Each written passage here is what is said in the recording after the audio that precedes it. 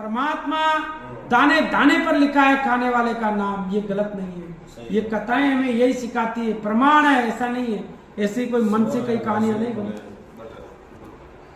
अब महाराज वो महाराज वहां भटके, अब वहां से एक राजा के कवर की सवारी निकल रही है।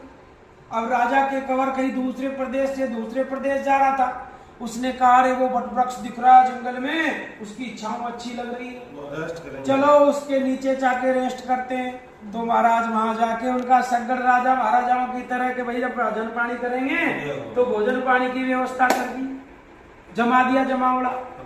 अब वो महाराज का शिष्य के गया, महाराज ने तो कहा था खाना पड़ेगा, खिलाएंगे। देखता हूँ मैं उठता ही नहीं, बोलता ही नहीं, कौन खिलाता है, ठीक है। फिर भी अकड़ देखो परमात्मा ने किया, भोजन के सारे थाल जमे जमाए वहीं छोड़ गए महाराज।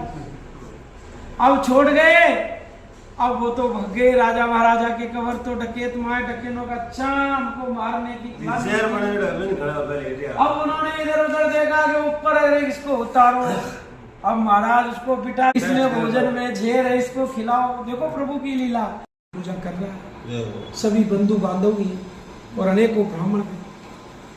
पूजा करते करते वहां पर व्यापार करने के लिए उस नगर में एक बड़ी पुत्र साधु नाम का वेश, पहले जो व्यापारी होते थे नदी के, तो साधु नाम का वेश बढ़िया जिसका नाम साधु था, वो भी थोड़ी देर देखने लग गए महाराज क्या कर रहे हैं, क्योंकि महाराज से तो वार्तालाप करनी थी उसको।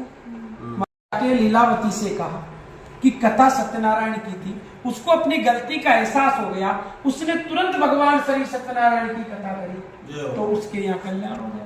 और वो उसको सुनकर भी अगर नजरअंदाज कर जाती, कहा देखते हैं तेरा माई बाप आवा जद करेंगा तो कभी